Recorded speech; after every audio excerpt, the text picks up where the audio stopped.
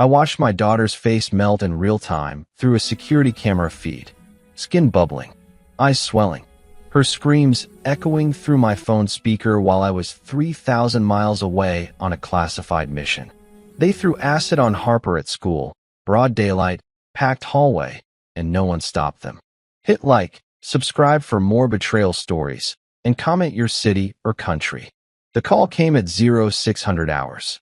I was in a bunker outside Kabul, prepping for extraction with my SEAL team. But the number flashing on my encrypted phone wasn't command. It was Harper's school, Principal Morgan. Her voice cracked before she even said my daughter's name. Mr. Tristan, there's been an incident. Incident.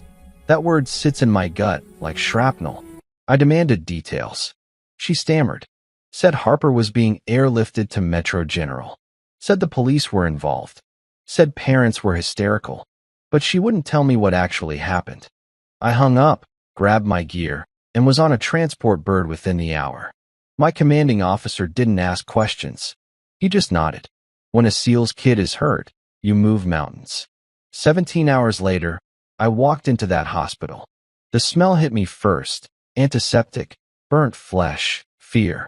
I found Harper's room at the end of a quiet corridor. My ex-wife Ophelia was sitting outside, mascara streaked down her face, hands trembling around a styrofoam cup. She looked up at me. Her eyes were red, hollow. Mason, she whispered. I didn't stop. I pushed past her and opened the door. Harper was unrecognizable. Bandages covered half her face. Tubes snaked from her arms. Machines beeped in rhythm with her shallow breathing. She was sedated, but even in sleep, her body flinched, like she was still feeling it, still burning. I stood there, frozen, a Navy SEAL, trained to handle war zones, hostage crises, death. But nothing prepares you for seeing your child like this. A nurse entered quietly behind me. Her badge read Natalie. She was young, maybe late 20s, with kind eyes that had seen too much. Are you her father? She asked softly. I nodded. Couldn't speak. The doctors are doing everything they can. The acid, it was industrial grade. Sulfuric. It burned through 3 layers of skin in seconds. She's stable now, but Natalie hesitated. She's going to need multiple surgeries. Skin grafts. Possibly reconstructive work on her right eye. Will she see again? My voice came out flat. Cold. Natalie looked away. We don't know yet. I wanted to scream. Wanted to tear the room apart. Instead, I sat down next to Harper's bed and took her hand. It was the only part of her that didn't look damaged. Small. Fragile. She used to grip my hand so tight when she was little, like I could protect her from anything. But I wasn't there. I was halfway across the world playing hero while my daughter got attacked in her own school. Ophelia came in a few minutes later. She stood by the door, arms wrapped around herself. They're saying it was a gang, she said quietly. 4 students. Masked. They cornered her near the science lab during lunch. Who were they? Police don't know yet. The footage from that hallway was deleted. I looked up sharply. Deleted? She nodded. Someone wiped the servers. The principal said it was a technical glitch, but the police think it was intentional. My jaw tightened. A glitch. Right. What about witnesses? Plenty. But no one's talking. The kids are terrified. Parents are lawyering up. It's a mess, Mason. I stood. Walked to the window. The city stretched out below, bright and indifferent. Somewhere out there, for kids were walking free. Laughing maybe. Posting on social media. Living their lives while my daughter fought to breathe. I'm going to find them, I said. Ophelia's voice cracked. Mason, please.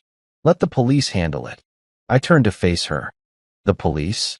The same ones who let the footage get erased? The same ones who are letting witnesses stay silent?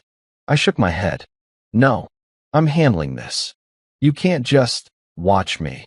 She stared at me for a long moment. Then she looked down, defeated. There's something else, she said quietly. I waited. Harper, before this happened, she was acting strange. Paranoid. She told me someone was following her, leaving notes in her locker, threatening her.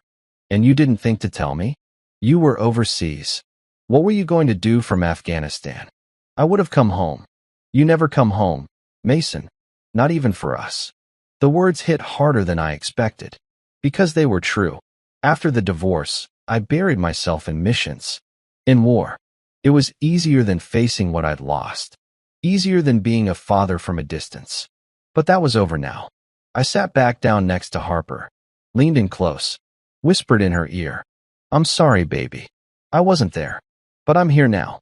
And I promise you, whoever did this to you is going to pay. Her fingers twitched. Just slightly. Like somewhere in that drugged sleep, she heard me. 2 days later, Harper woke up. The doctor said it was a miracle she was even conscious. But when she opened her one good eye and saw me sitting there, she didn't smile. She didn't cry. She just stared at me with this hollow, haunted look. Daddy. Her voice was a rasp. Broken. I'm here, sweetheart. They said my name.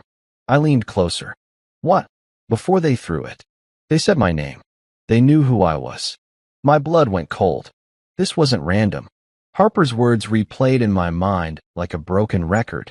They knew who I was. This wasn't a random school attack. Someone targeted my daughter specifically. Someone wanted her hurt. And that meant this went deeper than teenage cruelty or gang violence. This was calculated. Personal. I spent the next 48 hours digging. Started with Harper's phone records, text messages, social media. The police had already confiscated everything as evidence, but I had contacts. People who owed me favors from my years in the teams.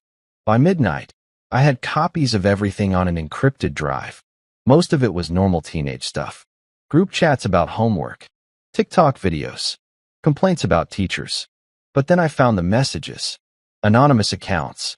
Burner profiles with no photos, no followers, just blank avatars sending Harper threats for 3 weeks straight.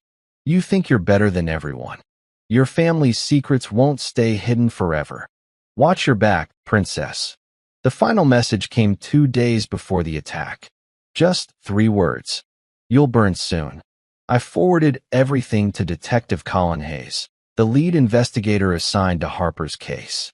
He was a veteran cop, late 50s, with gray hair and tired eyes that had seen too many cases go cold. When I showed up at the precinct unannounced, he didn't look surprised. Mr. Tristan, he said, gesturing to a chair in his cramped office. I figured you'd come by eventually. You figured right. I dropped the flash drive on his desk. Anonymous threats. 3 weeks of harassment before the attack. Someone was planning this. Colin picked up the drive, examined it. Where'd you get this? Does it matter? He sighed, leaned back in his chair. Look, I get it. You're former military. You want justice for your daughter. But you can't go rogue on this. We have procedures. Your procedures let the security footage get erased. I cut in. Your procedures have witnesses too scared to talk. So forgive me if I don't trust the system right now. Colin's jaw tightened, but he didn't argue. Instead, he opened his laptop, plugged in the drive, and started scrolling through the messages. These accounts are untraceable, he said after a few minutes. We've already tried. Whoever set them up knew what they were doing. VPNs, fake IP addresses, the works. So you're telling me you've got nothing? I'm telling you this is bigger than some high school bullies. The acid was military-grade sulfuric, not something kids can just buy online. Someone supplied it. Someone with access to restricted chemicals. My blood ran cold. You think an adult was involved? I think we're looking at conspiracy. Multiple parties. And your daughter. He paused, choosing his words carefully. She might have been targeted because of you. Me? You're a Navy SEAL. You've done classified missions. Made enemies. It's possible someone went after Harper to get to you. The thought made my stomach turn.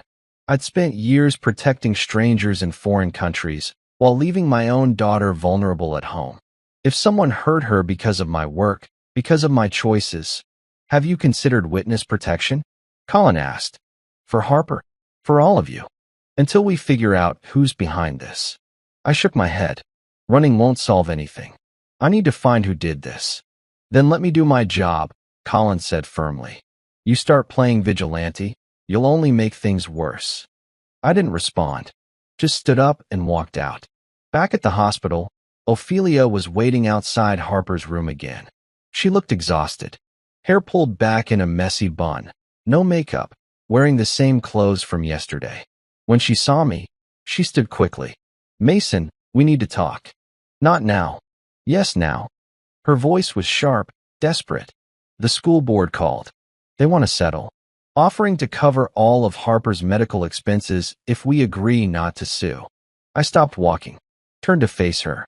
"They want us to stay quiet. They want to help.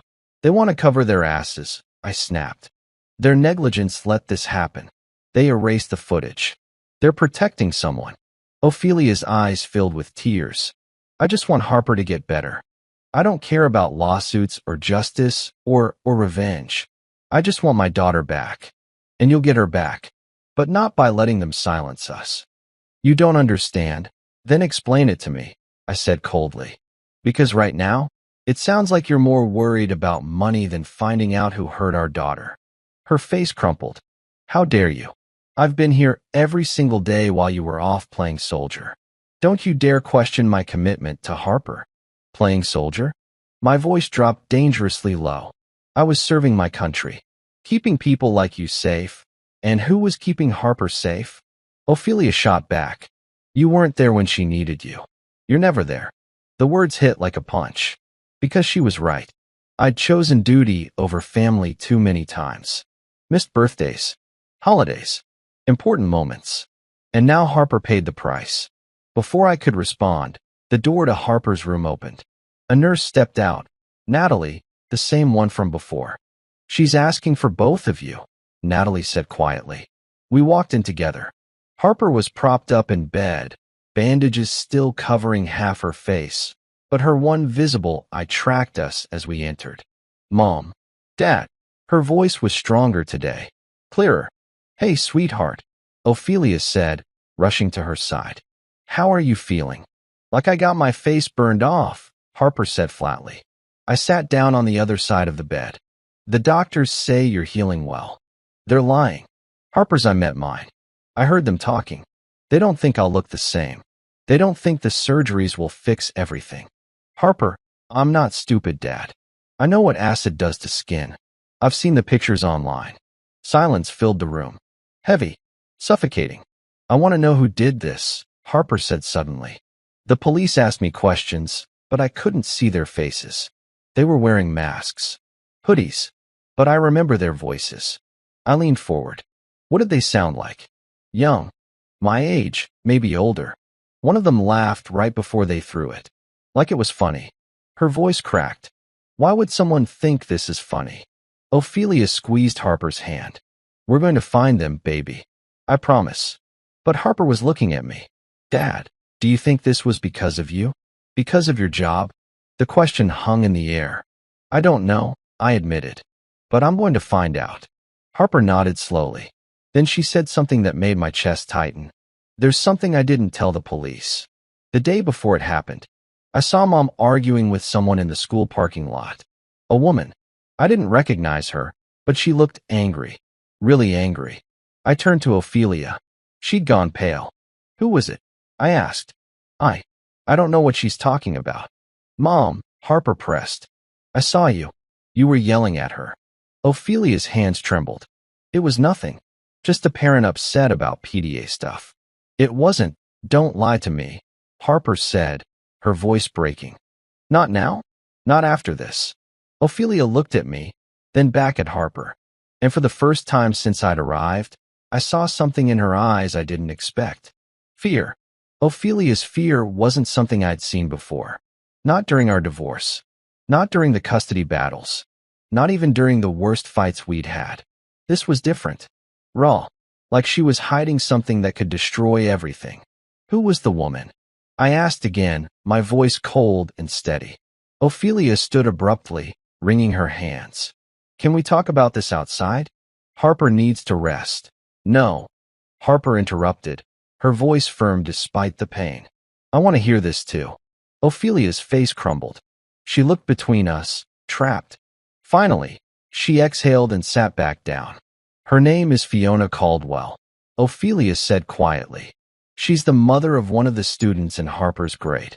Her son, Ryder, got suspended last month for bullying. Harper reported him. My jaw clenched. And she blamed Harper?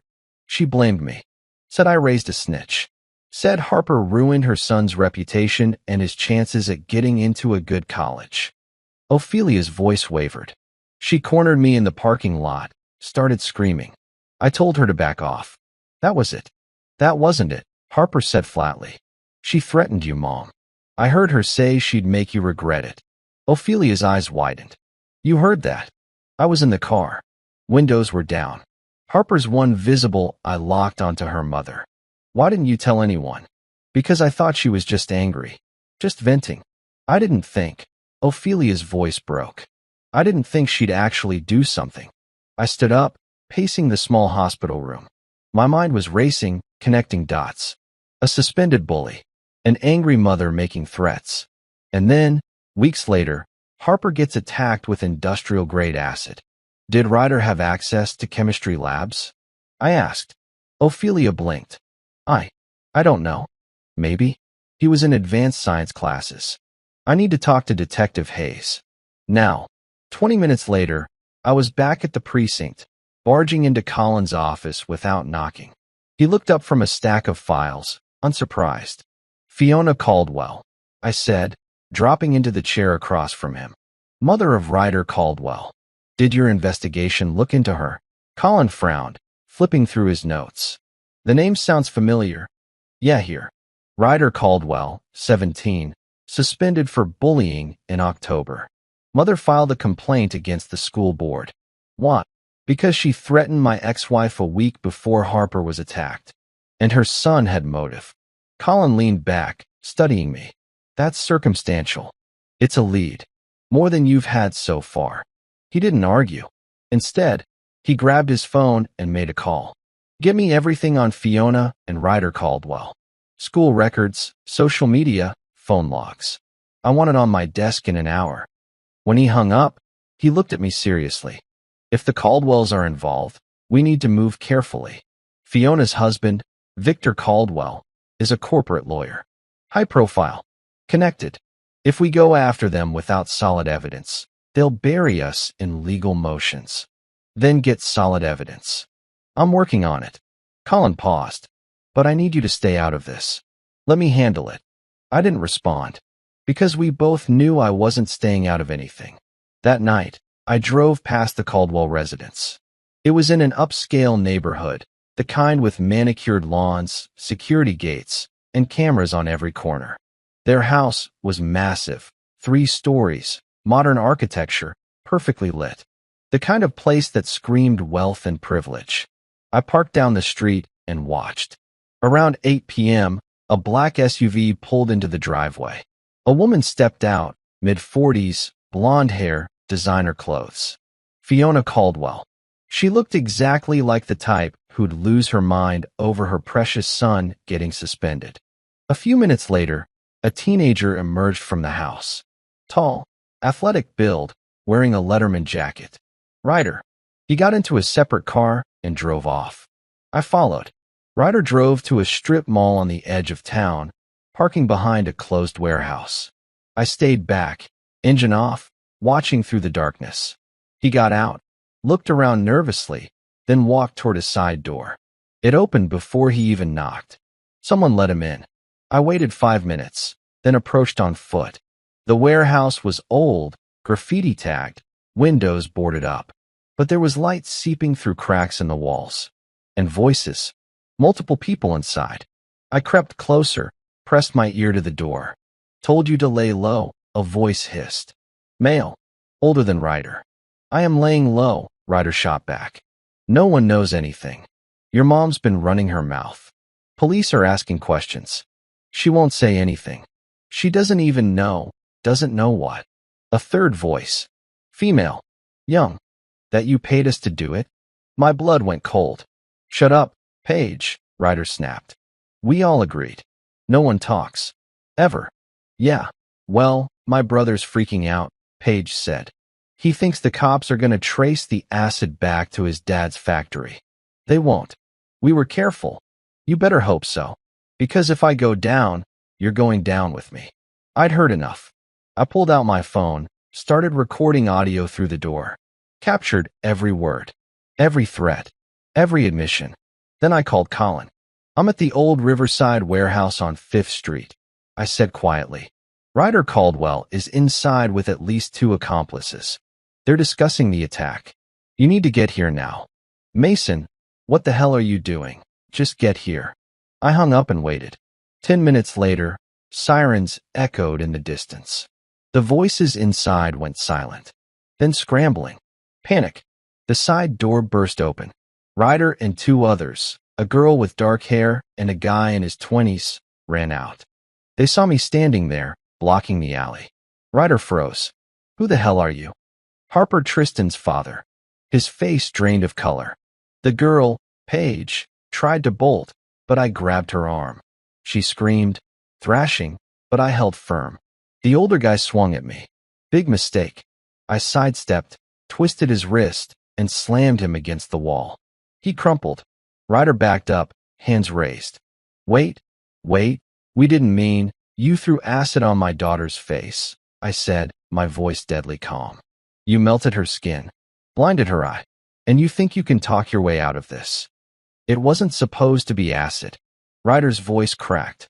It was just supposed to scare her. Paige's brother said it was harmless. Harmless? I stepped closer. Look at me and tell me burning a child's face off is harmless. Police cars screeched into the lot. Officers poured out, weapons drawn. Hands up. Everyone on the ground. I let go of Paige and stepped back, hands raised.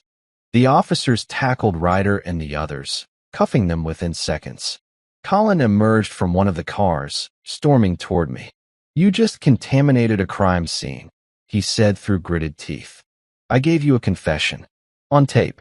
You're welcome. Colin glared at me, but didn't argue. Instead, he turned to the suspects being shoved into patrol cars. Ryder Caldwell, Paige Monroe, and Blake Harrison, you're under arrest for aggravated assault, conspiracy, and possession of a hazardous substance, Colin announced. As they were driven away, Ryder looked back at me through the window. His face was pale, tear-streaked. Terrified. Good. He should be. But this wasn't over. 3 kids arrested. But what about the parents? What about Fiona Caldwell, who'd threatened Ophelia? What about Blake Harrison's father, who supplied the acid? The conspiracy went deeper, and I was just getting started. The arrests made headlines by morning. Local news vans swarmed the school, reporters shoving microphones in parents' faces, demanding answers. 3 teenagers charged with aggravated assault. A Navy SEAL father who'd tracked them down himself.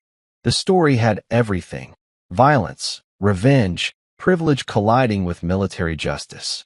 But I wasn't interested in the media circus. I was interested in the gaps, the pieces that didn't fit. Blake Harrison, the older guy I'd caught at the warehouse, was 23, not a student. He worked at his father's chemical manufacturing plant outside the city. That's where the acid came from. But when Detective Hayes questioned him, Blake clammed up, lawyered up within an hour. His father, Dominic Harrison, owned half the industrial district and had connections that reached into City Hall. The walls were going up fast. I sat in Harper's hospital room, watching her sleep. The bandages on her face were smaller now, revealing more of the damage. The doctors said the surgeries were going well, but well was relative. She'd need years of reconstructive work. Skin grafts. Maybe more procedures on her eye. Her childhood was over, replaced by medical appointments and stares from strangers. My phone buzzed. A text from Colin. Need to see you. Precinct. Now. When I arrived, Colin wasn't alone. A woman in a sharp gray suit sat across from his desk, mid-30s, dark hair pulled back tight, eyes that could cut glass. She stood when I entered. Mason Tristan, she said, extending a hand. I'm Kendra Lawson, federal prosecutor. I shook her hand, confused. Federal? The chemicals used in the attack came from a facility that handles hazardous materials under federal oversight, Kendra explained. Which means this case just became my jurisdiction. Detective Hayes has been briefing me. Colin gestured for me to sit. The Harrison plant has been under investigation for safety violations for months. Someone's been stealing restricted chemicals. Small amounts. Nothing that triggered alarms. But enough to stockpile. Stockpile for what? I asked. Kendra opened a folder, sliding photos across the desk. Chemical barrels. Invoices. Shipping manifests. We think Dominic Harrison's been running an off-the-books operation, selling industrial acids and solvents to unregulated buyers. Blake had access to the inventory. We believe he took the sulfuric acid that was used on Harper. My hands clenched into fists. So this wasn't just about some punk kid getting suspended. This was organized. It gets worse, Collins said. We pulled Blake's phone records. He's been in contact with Fiona Caldwell for 6 weeks. Multiple calls, text messages, money transfers. I stood abruptly. She paid him $5,000, Kendra confirmed. Transferred 3 days before the attack. We also found messages between Fiona and Ryder discussing teaching Harper a lesson. She didn't just know about the attack. She funded it. The room spun. Ophelia had been threatened by this woman. Harper had seen them arguing, and I dismissed it as angry parent drama. I should have seen it. Should have protected them. Where is Fiona now? I asked. In the wind, Collins said grimly. We went to arrest her this morning. House was empty. Cars gone. Neighbors said they saw the family leaving last night with suitcases. They ran. Her husband Victor's a lawyer. He knows how this works. They're probably halfway to a non-extradition country by now. I slammed my fist on the desk. You're telling me the woman who orchestrated an attack on my daughter just walked away? We have warrants out, Kendra said calmly. Airport alerts. Border Patrol. She won't get far. She already got far enough. Colin stood, his voice firm. Mason, I know you're angry. Angry doesn't cover it. But we're building a case. Blake's starting to crack. His lawyer's talking plea deal in exchange for testimony against Dominic and Fiona. If we do this right, everyone involved goes down. I took a breath, forcing myself to think clearly. What about Ryder and Page? Juvenile detention pending trial, Collins said. They're cooperating. Gave us everything. How Fiona approached Blake. How she convinced Ryder it was just a prank. How Page was promised money for college if she helped. And they believed throwing acid on someone was a prank. Blake told them it was diluted. Harmless. Just enough to scare Harper, not hurt her. Colin's jaw tightened. They're stupid kids who trusted the wrong people. My daughter's face is melted because of stupid kids. No one argued. Kendra closed her folder. I need you to understand something, Mr. Tristan. This case is going to trial. And when it does, Harper will have to testify. She'll have to face these people in court. Relive the attack. It's going to be brutal. She's stronger than you think. I hope so. Because Fiona's lawyer, assuming we catch her, will do everything to discredit Harper. They'll paint her as a bully who provoked Ryder. They'll claim this was teenage conflict that spiraled out of control. That's insane. That's defense strategy. Kendra's eyes softened slightly. I've prosecuted cases like this before. Wealthy families who think money makes them untouchable. They'll fight dirty. You need to prepare Harper for that. I nodded slowly. What do you need from me? Stay out of the investigation, Collins said. Let us do our jobs.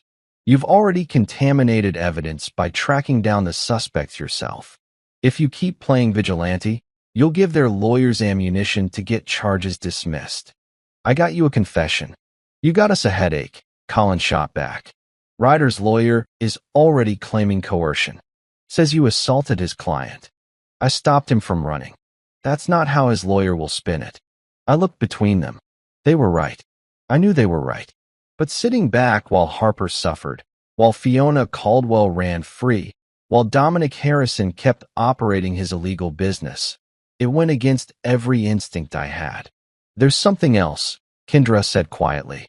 We found correspondence between Fiona and someone else. Encrypted emails. We haven't cracked them yet, but the pattern suggests a third party was involved. Someone advising her. Coordinating. Who? We don't know. But whoever it is has serious tech skills. This wasn't amateur hour. My mind raced. A conspiracy involving a vengeful mother, a chemical plant owner, his son, and now some mystery accomplice. This was bigger than a school attack. This was calculated, funded, organized. I want updates, I said. Every step. I don't care about jurisdiction or protocol. My daughter almost died. I deserve to know what's happening. Kendra and Colin exchanged looks. Finally, Colin nodded. Off the record, he said. But if you interfere again, I'll arrest you myself. I left the precinct and drove straight to the hospital. When I entered Harper's room, Ophelia was there, reading to her from a book. Harper's one visible eye tracked me as I walked in. Dad, she said softly. Did they find her? I hesitated. Didn't want to lie. Not yet. But they will. Harper's face hardened. What was left of it? She's gone, isn't she? Just like everyone said. Rich people always get away. Not this time. You can't promise that. Yes, I can. I sat beside her bed, took her hand. Fiona Caldwell is going to pay for what she did. So is everyone who helped her. I don't care how long it takes. Harper's eye filled with tears. I just want to feel normal again. I don't want to be the girl who got her face burned off. I don't want people staring at me forever. Ophelia's voice cracked. You're still beautiful, baby. Don't lie to me, Mom. Harper pulled her hand away from mine. I've seen the mirror. I know what I look like now. The room fell silent. Heavy with grief, neither of us knew how to carry. Then Harper said something that broke me. Sometimes I wish they'd just killed me. It would have been easier. Harper's words hung in the air like poison gas. Sometimes I wish they'd just killed me. Ophelia broke first. She collapsed into the chair, sobbing into her hands. But I couldn't move. Couldn't breathe. My daughter, the girl who used to spin in tutus, who drew pictures of superheroes, who laughed at terrible dad jokes, had just said she'd rather be dead. Harper, my voice came out strangled. Don't, she said flatly. Don't tell me it'll get better. Don't tell me I'm brave. I don't want to hear it.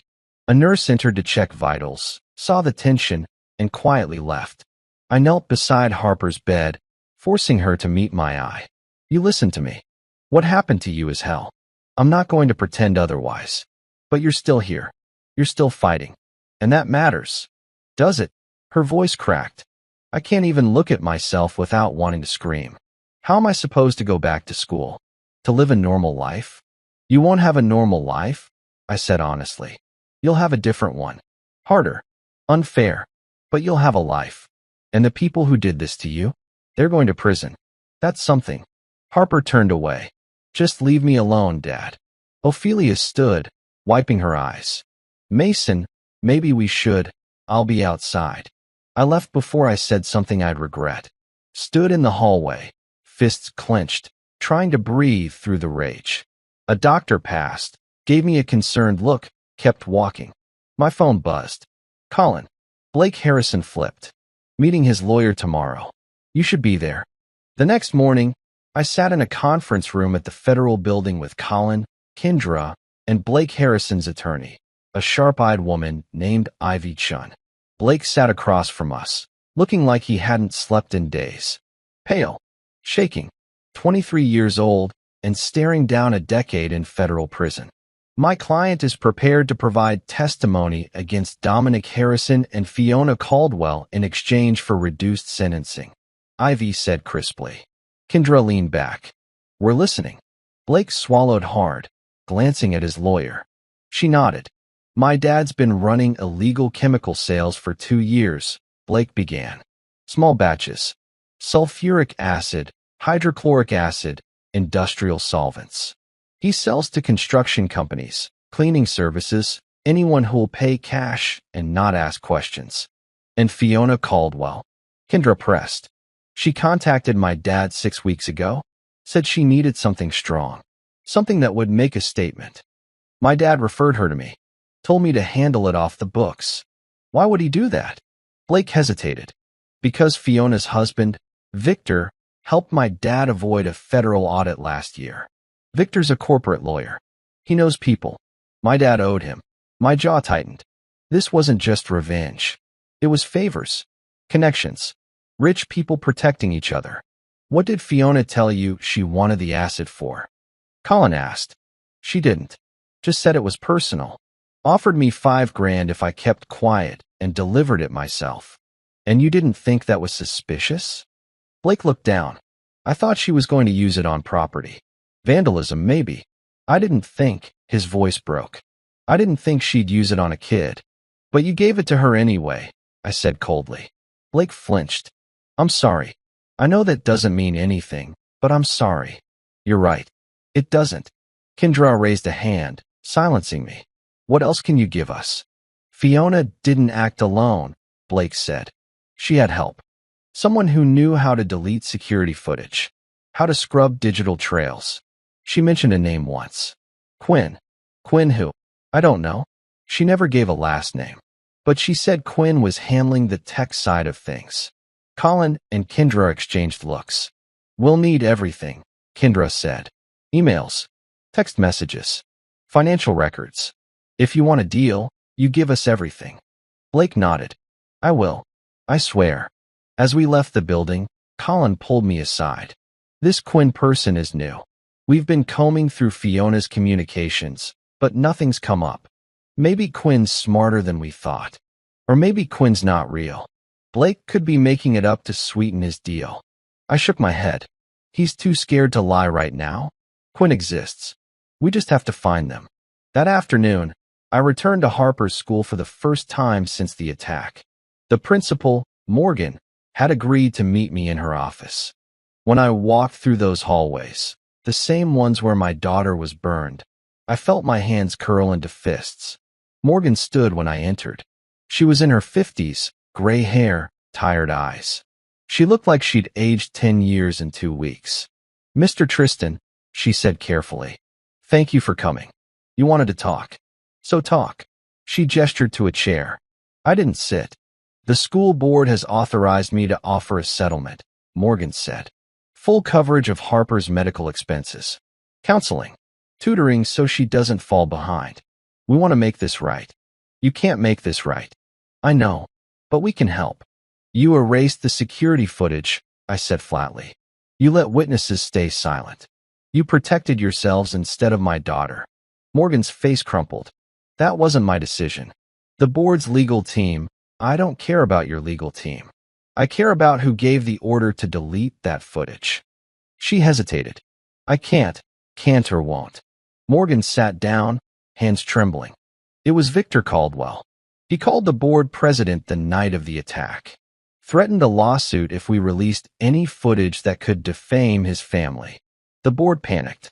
They wiped the servers before police could subpoena them. My vision blurred red. So you obstructed justice to protect a lawyer whose wife orchestrated an attack on a student. I didn't know that at the time. None of us did. But you suspected. She didn't answer. Didn't need to. I leaned over her desk. Harper is going to testify.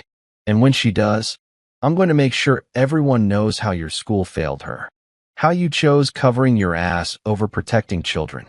Sleep well with that, Principal Morgan. I left before she could respond. That night, Ophelia called me. Her voice was shaking. Mason, someone broke into the house. My blood went cold. Are you okay? I'm fine. I wasn't home. But they trashed Harper's room. Broke her mirror. Spray painted the walls. What did they write? She went quiet. Then, snitch dies next. I was in my car before she finished the sentence. 15 minutes later, I pulled up to the house. My old house. The one Ophelia got in the divorce. Police cars were already there, lights flashing. Colin stood on the lawn, talking to a uniformed officer. Mason, he said as I approached. We're handling it. Someone threatened my daughter. I know. We're dusting for prints. Checking security cameras in the neighborhood. We'll find who did this. I pushed past him, walked inside. Harper's room looked like a war zone. Furniture overturned. Clothes torn. And on the wall, in dripping red paint, snitch dies next. Ophelia stood in the doorway, arms wrapped around herself. This is because of the arrests, she whispered. Someone's trying to scare us. It's working, I said grimly. Colin appeared behind us. I'm assigning protection. Unmarked car outside the house. Officers rotating shifts. That's not enough. It's all I can do right now. I turn to Ophelia. Pack a bag. You're staying at a hotel until this is over. What about Harper? She's still in the hospital. I'll have security posted outside her room. 24/7. Ophelia nodded, numb. As Colin and I walked back outside, he lowered his voice. This wasn't random vandalism. Whoever did this knew Harper reported Ryder. Knew she's cooperating with police. That information isn't public. So we have a leak. Or someone on the inside. My stomach dropped. You think someone in your department? I think someone's feeding information to the Caldwells. And until I figure out who, nobody's safe. The leak in the department changed everything. If someone was feeding information to the Caldwells, then Harper wasn't safe. Ophelia wasn't safe. And any evidence we gathered could be compromised before it ever reached a courtroom. Colin started an internal investigation, but that would take weeks. We didn't have weeks. Fiona Caldwell was still in the wind, and whoever had broken into Ophelia's house knew exactly where we were vulnerable. I needed help. Real help. Not from cops who might be dirty or prosecutors bound by protocol. I needed someone who operated in the shadows. That's when I called Logan. Logan Pierce was a former Delta operator I'd worked with in Afghanistan. After he left the military, he'd gone private, security consulting, surveillance, the kind of work that didn't make it onto business cards. He owed me a favor from Kabul. A big one. We met at a diner outside the city. Logan looked the same as he had 5 years ago. Shaved head, scar running down his left cheek, eyes that missed nothing. Heard about your daughter, he said, sliding into the booth. I'm sorry, brother. I need to find someone, I said, sliding a file across the table. Fiona Caldwell. She ran 3 days ago. Police have warrants out, but she's got resources. Money. Connections. Logan opened the file, scanning the photos and information. You want me to track her down. I want you to find her before she disappears for good. And when I do, you call me. I'll handle the rest. Logan studied me. You sure about that? You go after her yourself? You're looking at obstruction. Maybe worse. I don't care. Your daughter would care if her old man ended up in prison. I looked away. He was right. Harper needed me free, not locked up for vigilante justice. But the thought of Fiona Caldwell lounging on some beach while Harper underwent surgery after surgery made my blood boil. Just find her, I said. We'll figure out the rest later. Logan nodded, pocketing the file. I'll need 48 hours. Maybe less. While Logan worked his contacts, I focused on the other mystery, Quinn, the tech expert who'd helped Fiona erase security footage and cover digital tracks. Kendra had assigned a cybersecurity specialist to track down Quinn's identity, but so far they'd hit dead ends. Whoever Quinn was, they knew how to stay invisible. I decided to approach it differently. If Quinn had access to the school's security system, they either worked there or knew someone who did. I pulled up the school's staff directory, teachers, administrators, IT department.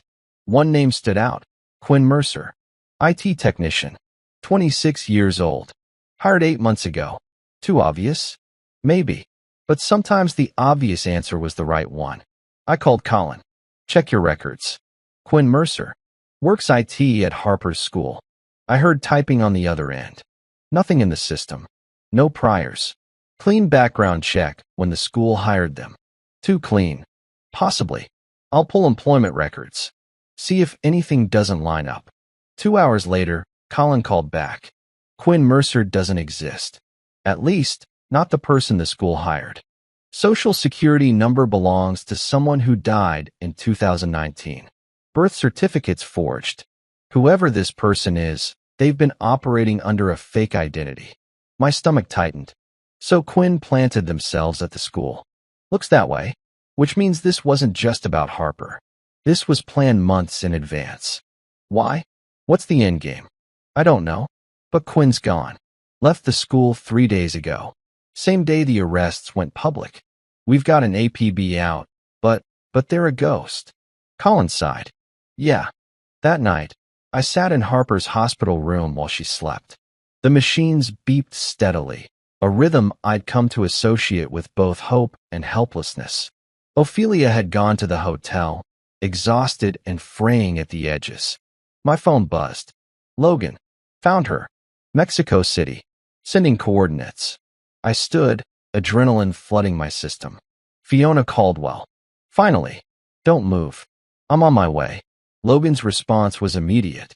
Not sure how long she'll stay put. Move fast. I looked at Harper, still and small in that hospital bed. Then I left.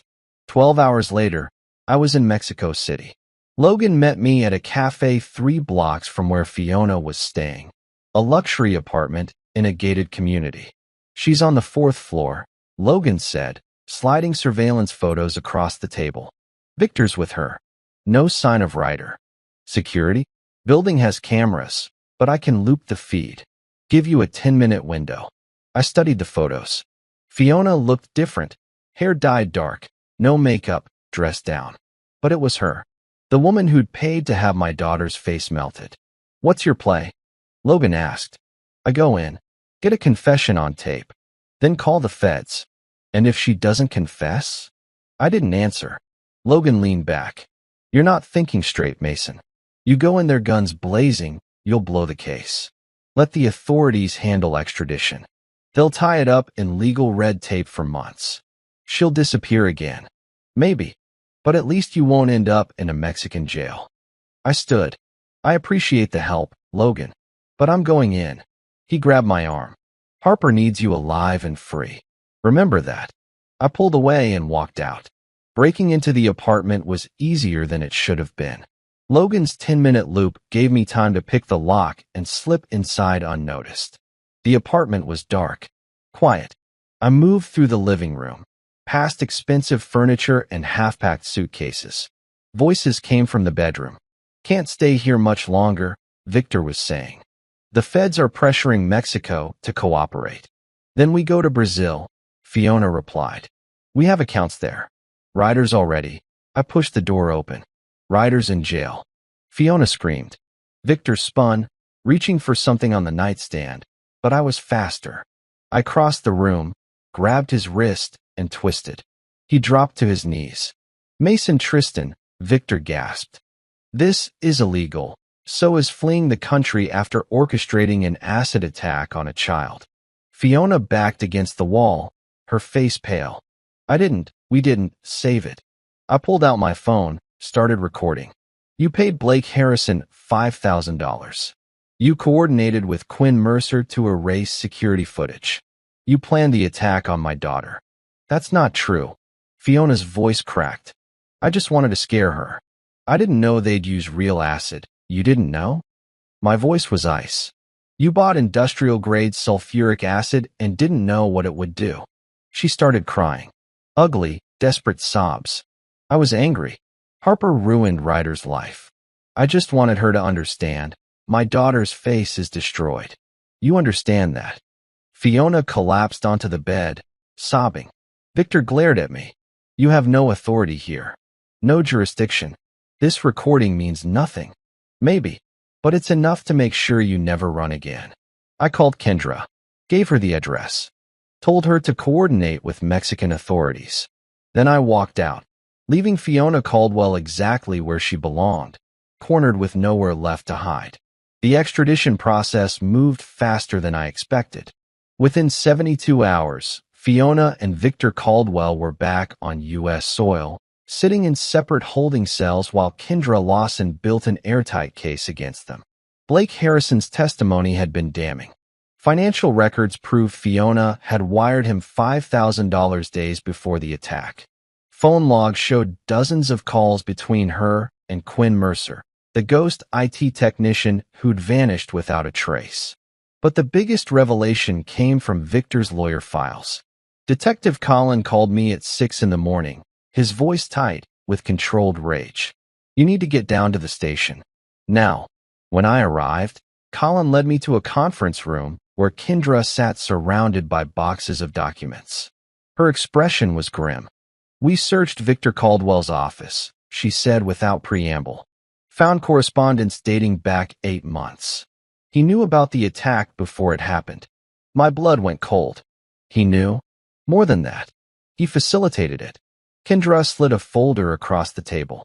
Victor was the one who connected Fiona with Quinn Mercer.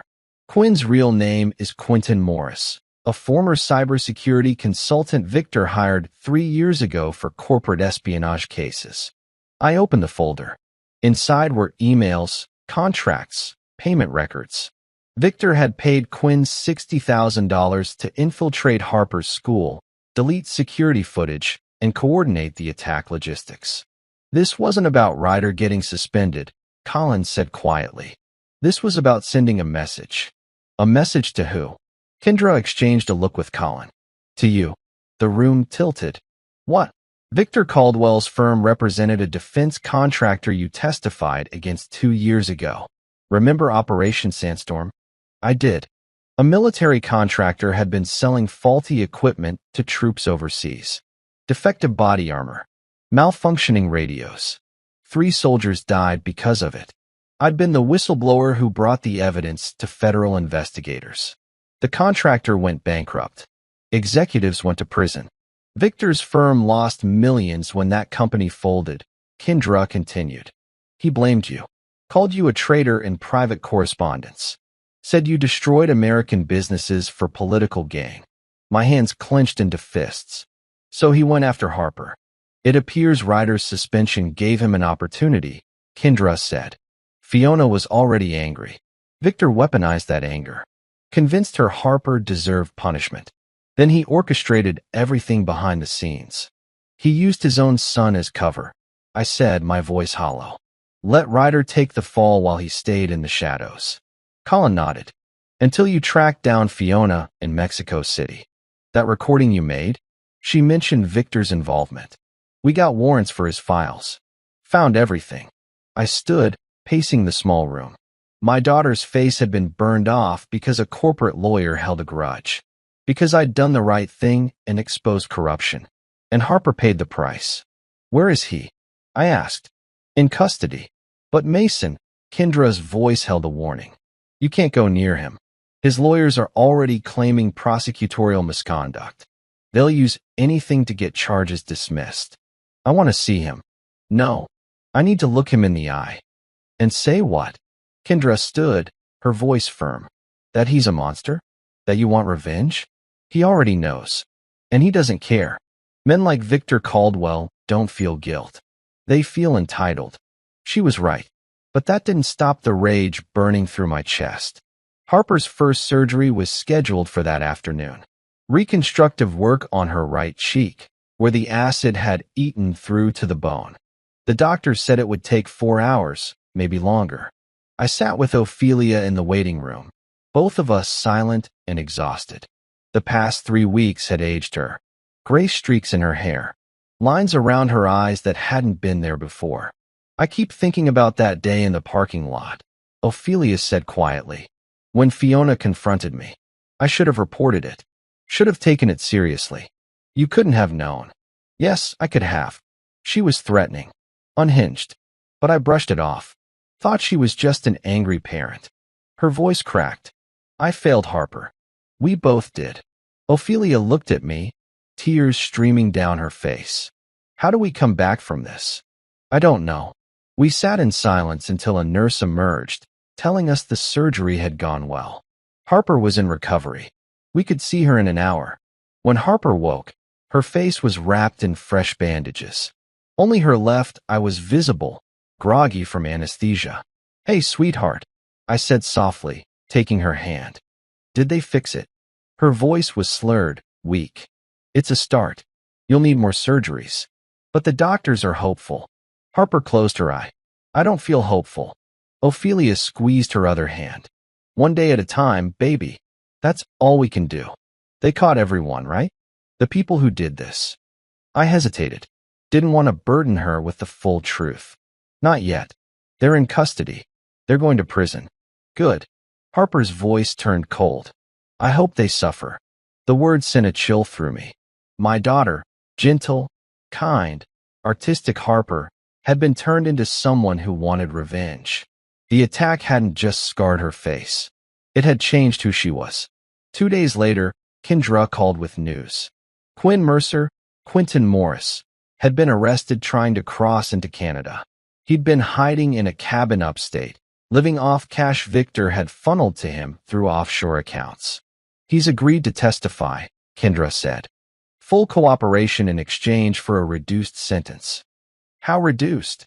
15 years instead of 30. My jaw tightened. That's not justice. It's leverage. With his testimony, we can put Victor away for conspiracy, attempted murder, and obstruction. Without it, Victor's lawyers will shred the case. I hated it, but I understood. The system wasn't built for justice. It was built for wins and losses. And right now, we needed a win. The preliminary hearing was set for 6 weeks out. In the meantime, life became a strange new routine. Hospital visits, physical therapy for Harper, counseling sessions where she sat in silence, refusing to talk about what happened. Ophelia moved back into the house with extra security. I stayed in a hotel nearby, close enough to respond if anything went wrong. One night, Harper called me. It was late, past midnight. Dad, I need to tell you something. My pulse quickened. What is it? I remember more. About the attack. I didn't before, but now I do. You don't have to. I want to. Her voice was steady, determined. There were 4 people. Ryder, Paige, Blake, and someone else. A woman. She was filming. My blood went cold. A woman. She stayed back. In the shadows. But I heard her voice. She was directing them. Telling them when to throw it. Did you recognize the voice? Harper went quiet for a long moment. Then, yeah, it sounded like Mom. The phone slipped from my hand. Harper's words echoed in my skull like gunfire in a canyon. It sounded like Mom. I snatched the phone back up. Harper, that can't be right. You were in shock. The pain, I know what I heard, Dad. Her voice was steady, ice cold. She was there, directing them. Stay put. I'm coming over. I drove to the hospital like a man possessed, mind racing through every interaction, every argument.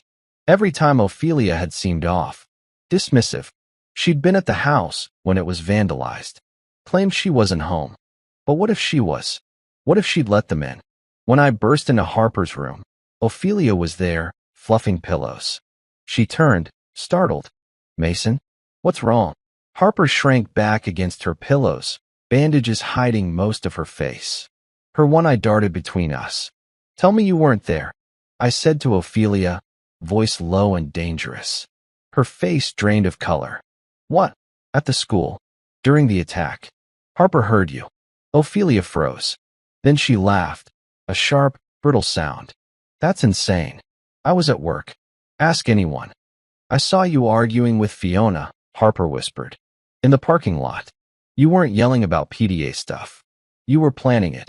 Ophelia's eyes widened. She backed toward the door. Harper, baby, no. That's not. You hated me reporting Ryder, Harper pressed. Said I was drawing attention to the family. Said Dad's whistleblowing already made us targets. I stepped between them, towering over Ophelia. Talk. She looked trapped, cornered. Then the mask cracked. Tears welled up. It was supposed to be a prank. Just paint. Something to humiliate you, Harper. Make you back off. Fiona approached me after you reported Ryder. Said you'd been spreading rumors about her family. About Victor's business dealings. Rumors I started? Harper's voice broke. I barely knew them. Ophelia sank into a chair, head in hands. I was angry.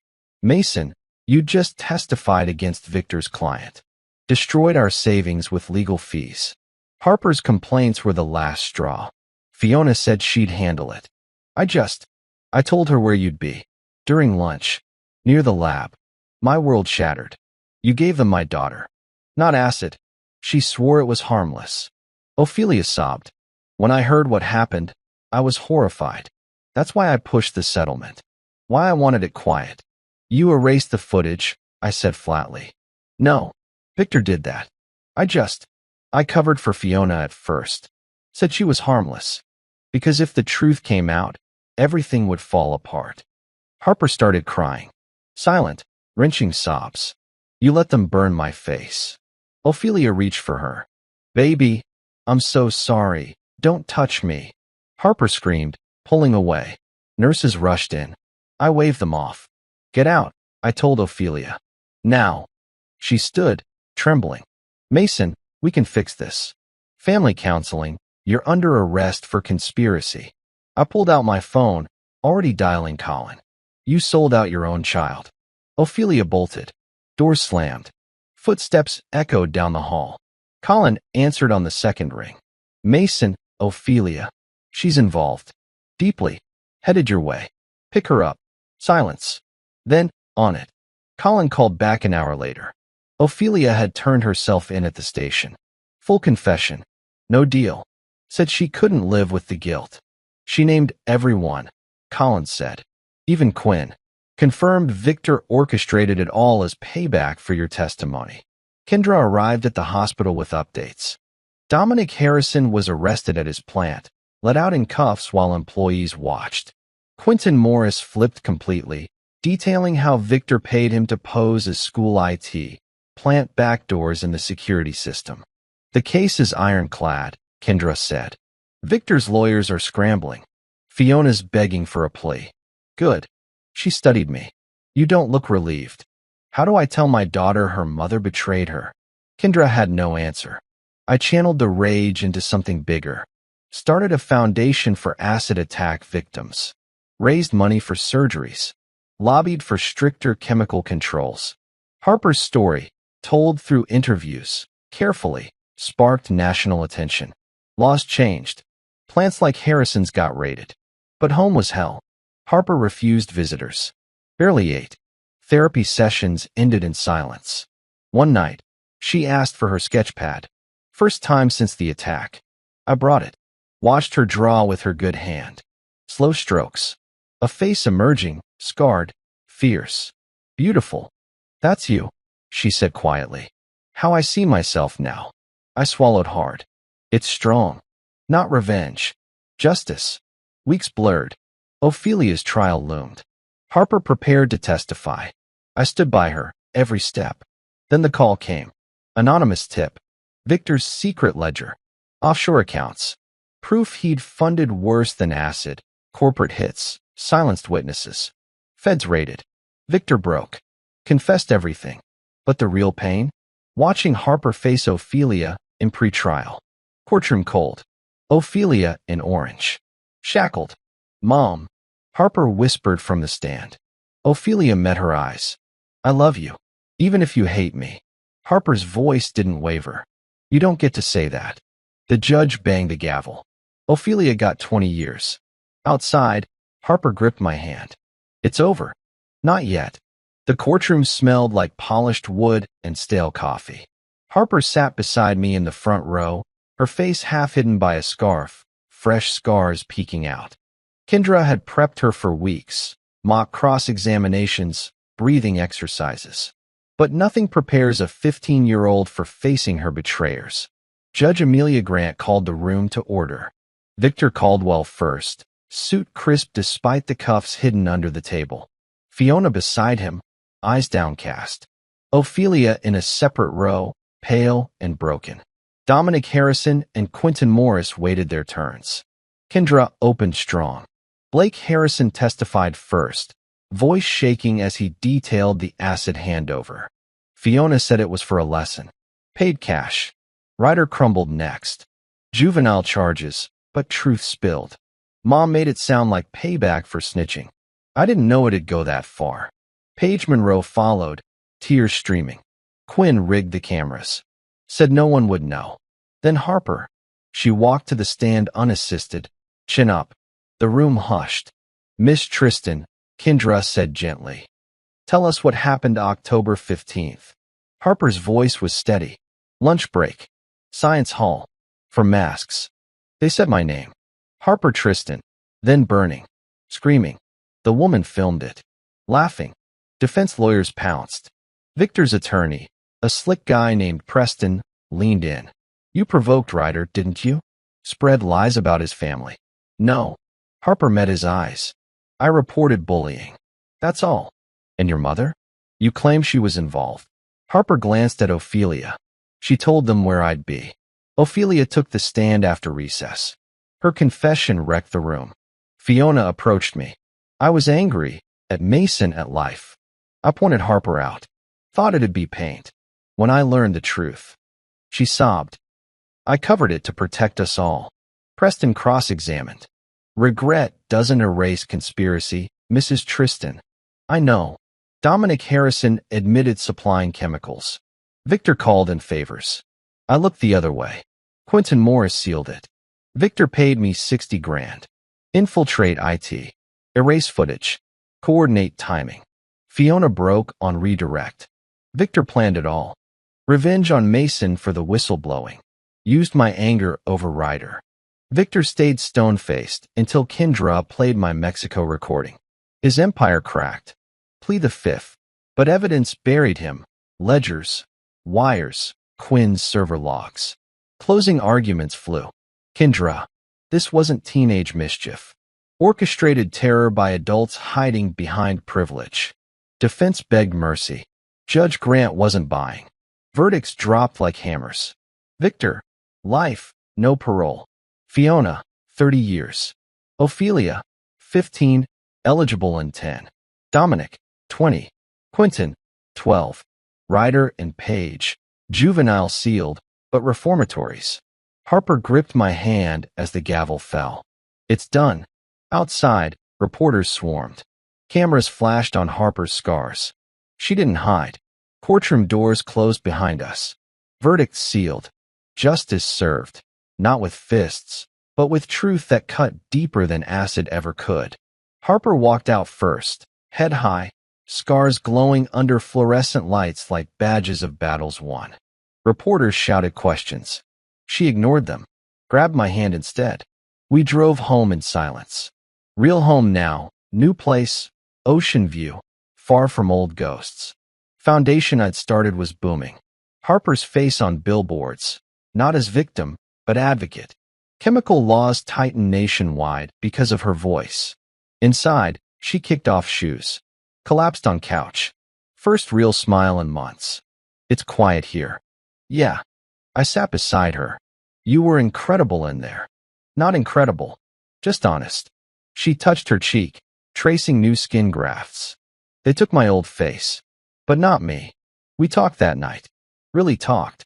About therapy wins. Art classes restarting. Her dream of advocacy work. No more silence. No more rage. Next morning, Harper sketched while I cooked breakfast. Pancakes, her favorite. She wandered in, sketchpad under arm. Look. She slid it across table. Portrait of us. Me protective, her fierce. Scars detailed, beautiful. You're an artist, I said, voice thick. Survivor, she corrected. Want to go for a walk? Beach. We walked. Waves crashed. Salt air filled lungs. She picked up shells, laughed at crabs scuttling sideways. Normal moments we'd lost. Halfway down shore, she stopped. Turned to me. Dad, what if they get out early? Parole. I knelt to her level. Won't happen. But if it does, we're stronger. Always will be. She hugged me. First real hug since hospital. Tight. Healing. That evening, Foundation Gala. Harper keynote. Room packed. Survivors, lawmakers, families. She owned the stage. They thought they'd break me, she said, voice steady. But pain forges steel. Today, I choose to build. For every face scarred, every life touched, justice isn't revenge. It's rising. Standing ovation thundered. I watched from wings, chest bursting. My girl. Unbreakable. After, at dinner with Logan and new friends, Harper leaned in. I'm ready for school Monday. New one. Fresh start. Pride swelled. You got this. Moonlit drive home, radio soft. She slept against window, peaceful. I glanced over, heart full. Some pain scar forever. But family? That mends. Stronger. We weren't victims anymore. We were victors. Story is finished. Hit like if this gripped you. Subscribe for more betrayal stories from Betrayal Stories Lab. And drop a polite comment below. Where are you watching from? Your city or country?